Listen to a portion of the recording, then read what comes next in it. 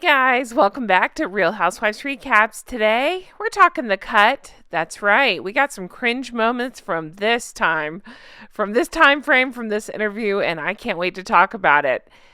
We're going to dive in, but I just want to give you a preview of what's coming up because there's so much cringe. We're going to talk about the cringe photos. We're going to talk about the cringe that was discussed in the article, the backlash she received from the article, the Harry poking his head in to be her cheerleader moments, the once again tying herself to Princess Diana moments, the making them pull a tweet because they didn't call her Duchess of Sussex moments, and the backlash she received as a result of this article where she decided to play victim and say it wasn't her fault that she said all these horrible things.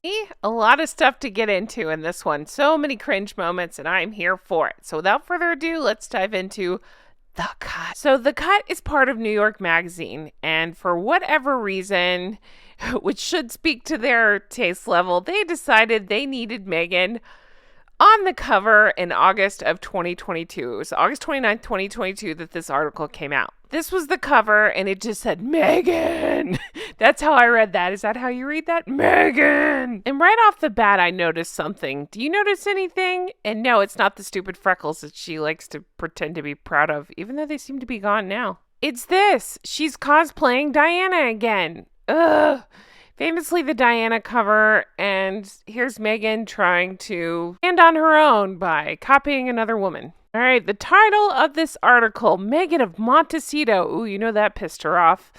She can't let go of those titles, so she's not going to, not calling her Duchess of Sussex, which we will get into, but Meghan of Montecito. She's left the firm behind. Harry's found a polo team in Santa Barbara. Remember the polo video I showed? Yee. The kids are doing great. They are? What kids? Now she's ready for her next act. The story was done by Allison P. Davis, and it's reported, when I researched this, that Meghan specifically requested or handpicked Allison to do the story. Now, this is funny. We'll get there, but apparently Meghan threw a fit over how she was portrayed in this article, and I just find that funny after supposedly handpicking this person. It didn't go well, so yeah. I'm excited to talk about this. All right, let's dive in. So this article is long and boring. It's very, very, very much pro-Meghan.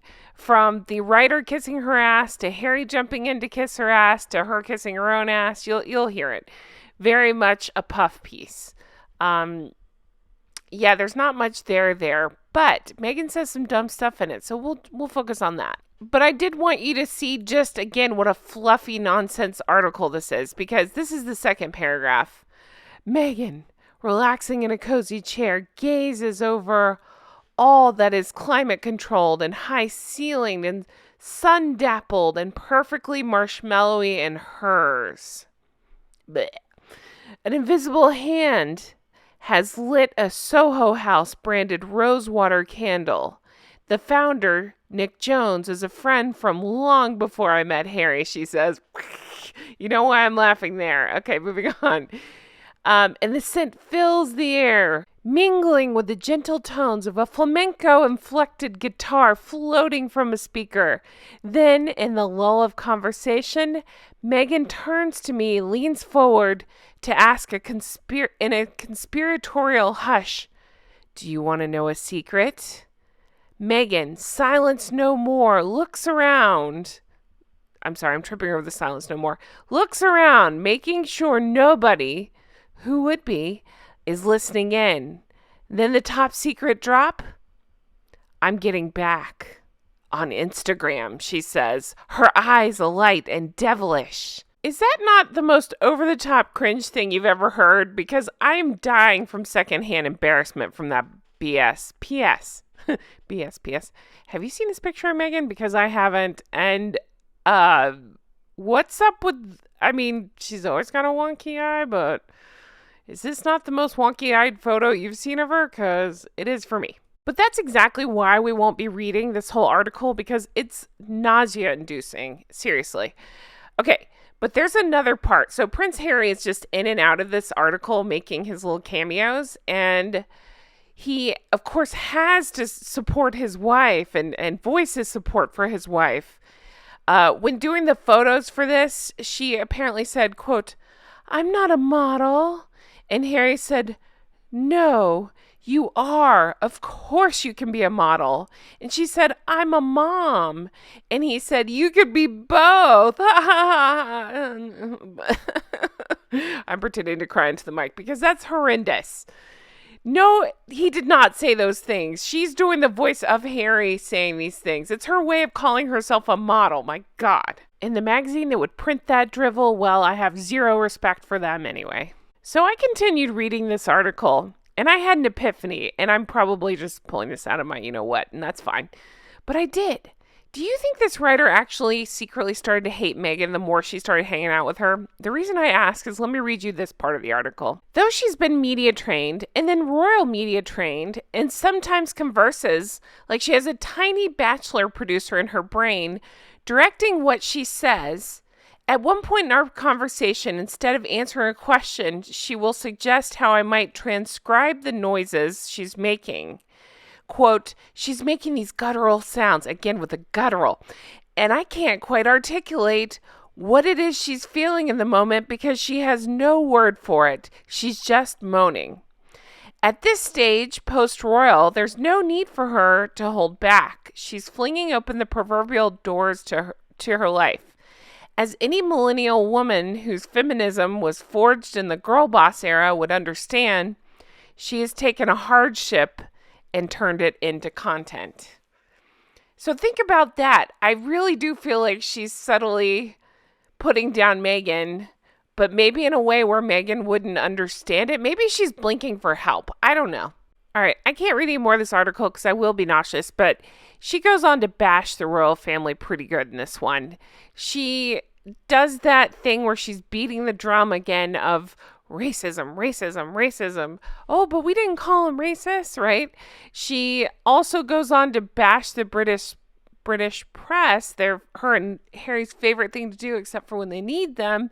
And this is where she claims that they called her children the N-word with no specific details or information or anything like that. And also, she claims that had they stayed in Britain and Archie had gone to school there, she'd have to do like a photo call every day at drop off, and she didn't want to do that to her kid. And just remember that Valentine Lowe went into this and said, "No, you wouldn't. Catherine and William don't have to do that. Why would you have to do that?" But then she goes on to say just by existing, they were, quote, "upsetting the dynamic, the hierarchy of the monarchy." What? So making themselves the victims again.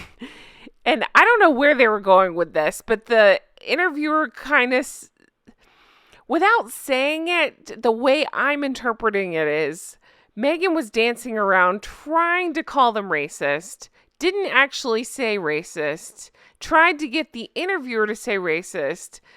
That's a lot of that word. But when the interviewer said, "Well, can you tell me more? Can you tell me what you mean?" That's when Meghan decided to play coy again and wouldn't say it. So it's kind of their game, right? Where they lead these people like Oprah to these conclusions without naming specific names. So you get this idea in your head like, whoa, maybe somebody did do something, you know? And then when you try to get specific details, they don't give them. And then if you actually call them out on their lies, they're like, "No, we didn't say that. What? We didn't say it." And then the last cringy part of this article, Meghan has an ego like we've never seen. It just never ceases to amaze me. She refers to herself as a princess, and she wants everybody to know, so keep this in your mind, that it's important to be thoughtful that people see her as a princess. Yep, that's a quote from the article. She calls herself, she says, quote, "Oh my God, it's a real life princess." Okay. Sorry, I'm deep breathing for a second. I get where she's trying to go. She's trying to say people watch her. But just referring to herself in terms like that is so, again, vomit-inducing. Because she's in the same breath that she's calling this family racist, she is making sure to wave those titles around. That is what keeps me fascinated and riveted. All right, let's skip forward to the good stuff. So she thinks she's killed this interview. I still don't fully understand the intent of the writer. Again, I'd like to think it's a wink and nod to us, like, yeah, I get it, she's awful. Maybe not. I do feel like she was drinking Meghan's Kool-Aid, though, some too, as you heard in parts of that. That saccharine sweet, over-the-top beginning part was just too much for me. But Meghan thinks she's killed it. And she's put, she's on the cover, she's put out all this stuff. And then what happens? People actually read it. And there's a huge backlash, and you can hear the laughter in my voice because, of course, they make no good choices. Nothing they do works out the right way because they make all terrible choices. So again, in that vein, another terrible choice. Instead of using the opportunity to, move on and talk about anything else, she uses it to bash the royal family again and the British press while talking to press. But so stories start coming out about how awful she came off in the story and, just the usual stuff. She's a terrible person. She's controlling. She controlled the interview. It did not go well. So I bet you can guess what their next move was. What's the play from their playbook? Oh, I know. Cry victim.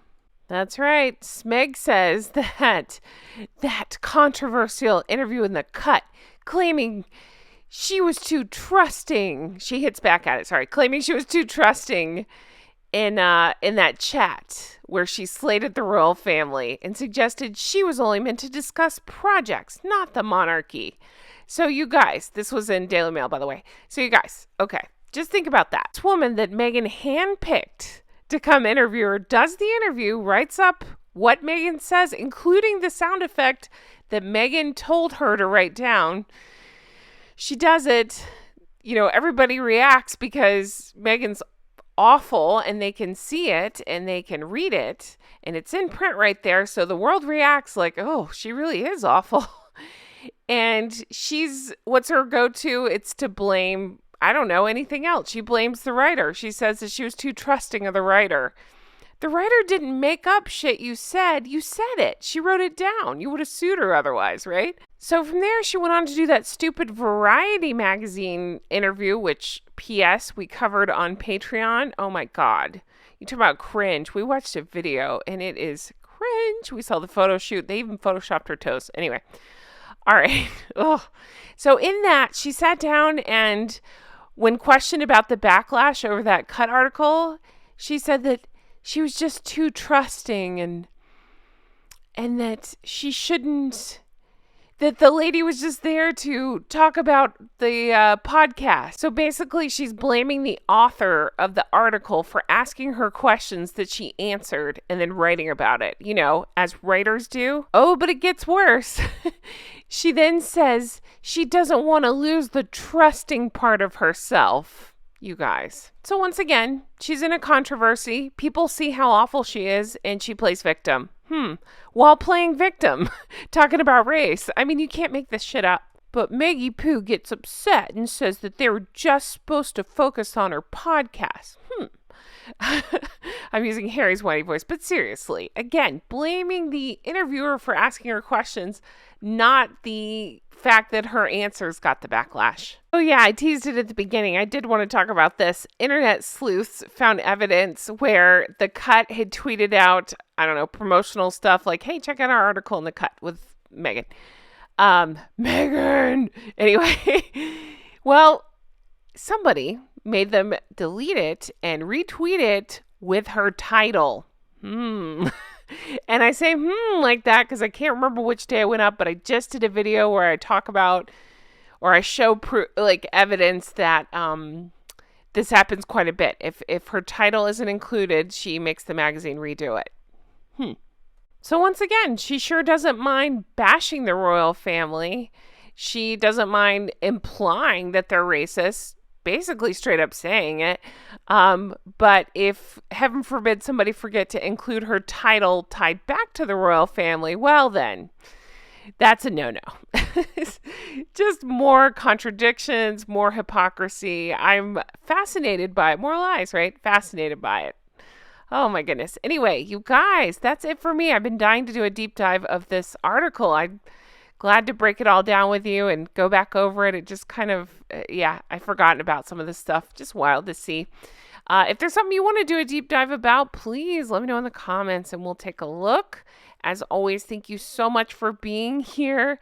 Definitely, like I say, leave comments. They really help me out. I get the cutest comments from you guys sometimes, like where you'll leave a couple comments and you say, sorry, just one more. I'm like, no, leave me 10. They help. Spam my comments. Tell me whatever, like write lots of comments. I welcome them. They all help me out. So thank you for that. Thank you for every thumbs up, subscribe, all that stuff. I really appreciate it.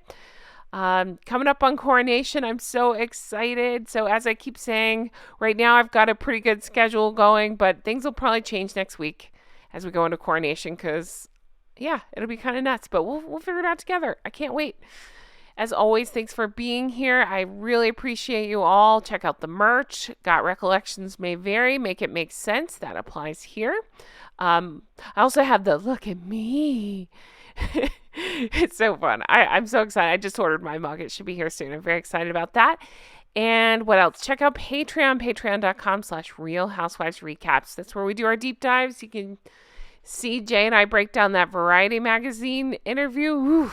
Cringe. Anyway, guys, have the best day and I'll talk to you again soon. Bye-bye.